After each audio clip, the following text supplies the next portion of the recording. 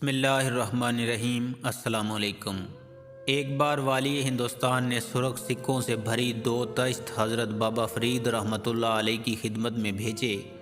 آپ نے مولانا بدر الدین اسحاق رحمۃ اللہ علیہ کو طلب کر کے فرمایا کہ آج لنگر خانے میں کتنی رقم کی ضرورت ہے۔ مولانا بدر الدین اسحاق رحمۃ اللہ علیہ نے عرض کیا کہ صرف ایک سکہ درکار ہے۔ آپ نے فرمایا یہ ایک سکہ لے لو، باقی فقراء میں تقسیم کر دو۔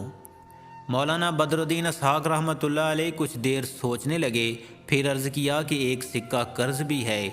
دراصل یہ وہ رقم تھی جو مولانا نے ان غریبوں کے لیے قرض لی تھی جو کھانا کھانے لنگر خانے آئے تھے۔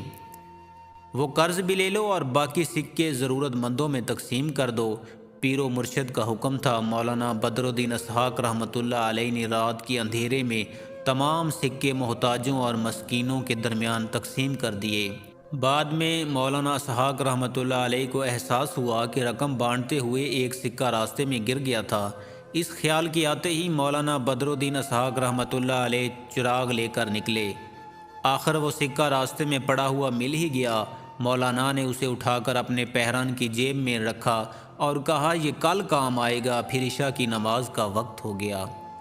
حضرت بابا فرید رحمۃ اللہ علیہ نے نماز کی نیت باندھ لی۔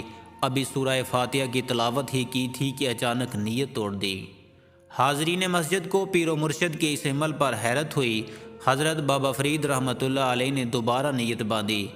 ابھی نصف نماز بھی ادا نہیں ہوئی تھی کہ نیت توڑ دی۔ پھر آپ نے کئی بار یہی عمل دہرایا۔ مریدوں اور خدمتگاروں کی حیرت لحظہ بہ لحظہ بڑھتی ہی جا رہی تھی۔ آخر حضرت بابا فرید رحمۃ اللہ علیہ اپنی نماز نامکمل چھوڑ کر مصلی پر بیٹھ گئے۔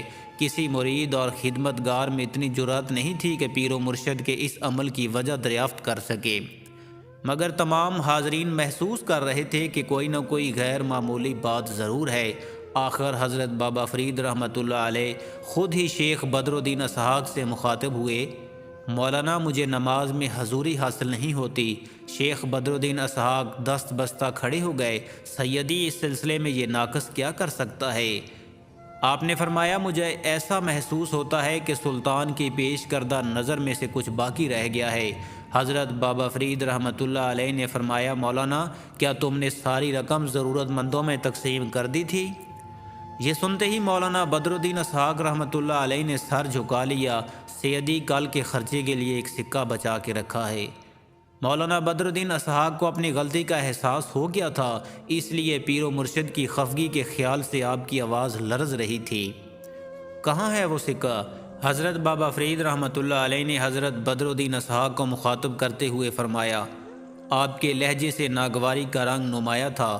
مولانا بدر الدین اسحاق اٹھے اور اپنے پہران کی جیب سے سکہ نکال کر پیر و مرشد کی خدمت میں پیش کر دیا۔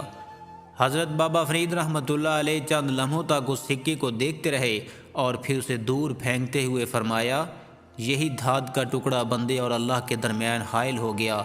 تمام حاضرین پر سکتہ سا طاری ہو گیا۔ پھر شیخ بدر الدین اسحاق کو مخاطب کر کے فرمایا مولانا آپ کو کیا ہو گیا تھا؟ آپ درویش ہو کر مادی اسباب پر بھروسہ کرتے ہو، اس رب کی رضاکی پر یقین نہیں؟ عمر گزری جا رہی ہے اور اب تک توکل کا مفہوم سمجھ ہی نہیں سکے۔ مولانا بدر الدین اسحاق رحمۃ اللہ علیہ کا برا حال تھا۔